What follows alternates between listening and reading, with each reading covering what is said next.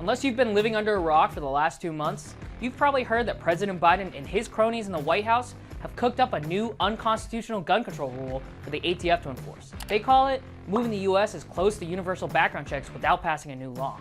We call them registration checks. Hi, I'm Ben, and in this episode of the Minuteman Moment, we're going to break down the statute and see if the ATF really has any authority to do this. Now, if you haven't submitted your comment in opposition to this universal registration check, use the link in the description to submit your comment now. The last day to submit is coming up fast on December 7th. Okay, so the ATF is trying to eliminate the private sale of firearms without a background check and registration paperwork. They're essentially accusing anyone of selling a gun of being engaged in the business of dealing in firearms, and that requires a federal gun dealer's license. You might think that you'd actually have to meet some number of firearms sold to actually need a license. And once you hit that number, you're no longer just a lemonade stand on the side of the road.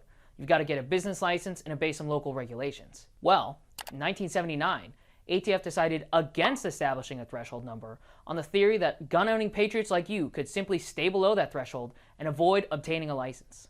This is a bit like saying that's a bad idea to post a speed limit, because drivers might actually go under that speed limit. Instead, ATF's new rule says you might not be able to sell one gun to your family member without getting a government license and filling out the proper registration paperwork. Also, ATF thinks that you can be engaged in the business without even acquiring or selling a single firearm. So does ATF have any legal footing to stand on? Let's take a look at the statute carefully. The definition of engaged in the business as applied to a dealer in firearms is a person who devotes time, attention, and labor to dealing in firearms as a regular course of trade or business to predominantly earn a profit through the repetitive purchase and resale of firearms. But such terms shall not include a person who makes occasional sales, exchanges, or purchases of firearms for the enhancement of a personal collection or for a hobby, or sells all or part of his personal collection of firearms. Wow, that doesn't sound like it covers you selling a gun to your cousin at Thanksgiving, does it? Now you're right.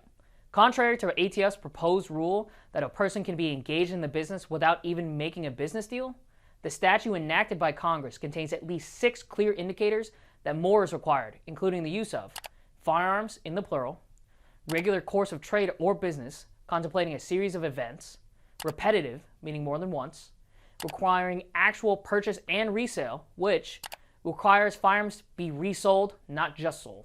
And finally, we can't forget that the statute also exempts occasional sales, exchanges, or purchases, and that's in the plural. ATF is flat out wrong when they say even a single firearms transaction or offer to engage in a transaction without any actual transaction happening, when combined with other evidence, may be sufficient to require a license. Let's just briefly prove just how wrong ATF is on each of these 6 counts.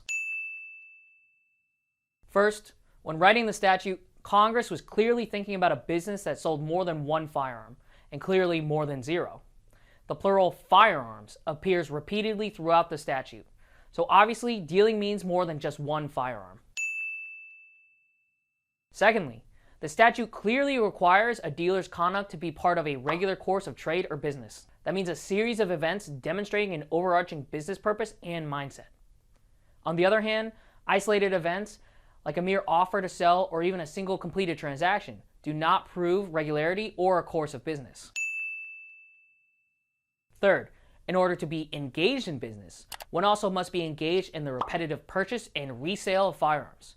Of course, repetition means more than once. That is, the act or an instance of repeating something. Purchases and resales must be repetitive. For example, a gun owner who scrolls through some online ads and happens upon a great deal on a firearm, or even perhaps a group of firearms, even if he purchases and resells that firearm with the intent to profit, still does not constitute a firearm dealer because his activity is a one-off, far from repetitive, and certainly not a regular course of activity. And that's supported by this Senate report that accompanied the passage of this statute. Congress expressly intended its legislation to limit federal regulations to those involved in more than isolated activities. Fourth, and I hate to beat a dead horse, but the statute also requires the repetitive purchase and resale of firearms. Therefore, firearms must be purchased and resold. A far cry from the ATF claim that there is no minimum threshold of firearms purchased or sold that triggers the licensure requirement. For starters, sales alone are not enough, nor is the mere purchase of a firearm. Both resale and purchase has to happen, and it has to be repetitive. So there has to be more than one purchase and more than one resale more than 2 each, in fact. Now, the ATF points to one guy they prosecuted for unlicensed dealing without any evidence of sales having taken place, but failing to require a resale in addition to a purchase, never mind requiring each to be repetitive, reads the word resale right out of the statute. Who cares what the ATF did once to some guy in violation of this statute while some anti-gun judge looked the other way? Fifth, the statute does not require mere purchases and sales, something many gun owners do. Congress actually used the word resale, meaning the act of selling something again, such as buying used cars for resale to overseas markets. Embedded within the word resale is a requirement that firearm purchases and resales must be linked together within a short enough time frame to constitute business activity. ATF tries to eliminate this definition of resale, essentially defining it as a sale. But Congress chose its words very carefully, and ATF needs to respect that. No one would say that a collector who buys rare cars, maintains them in his garage for decades, and subsequently offers them at auction has been buying used cars for resale to overseas markets. Well, that's just as true for gun stores. No firearms dealer, at least none that want to stay in the business, purchase large quantities of firearms only to hold them in inventory for a long period of time. Now, this is the opposite of what a firearms collector or even an investor would do. A private firearms collector might purchase large numbers of firearms, even of the same make and model, with the intent that they increase in long-term value. A dealer's profit incentives are much more short-term out of necessity.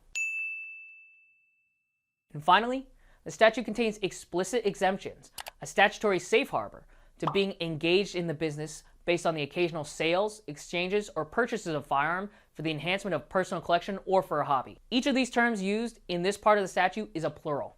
This means multiple sales, multiple exchanges, and multiple purchases can be made by gun owners without rising to the level of dealing. No one could amass a collection without accumulating multiple firearms, and probably getting rid of some as well. Congress was well aware that many firearm hobbyists sell or trade firearms from their collection, and Congress never intended for ATF to start prosecuting gun owners for such private sales. Now, who would have guessed it?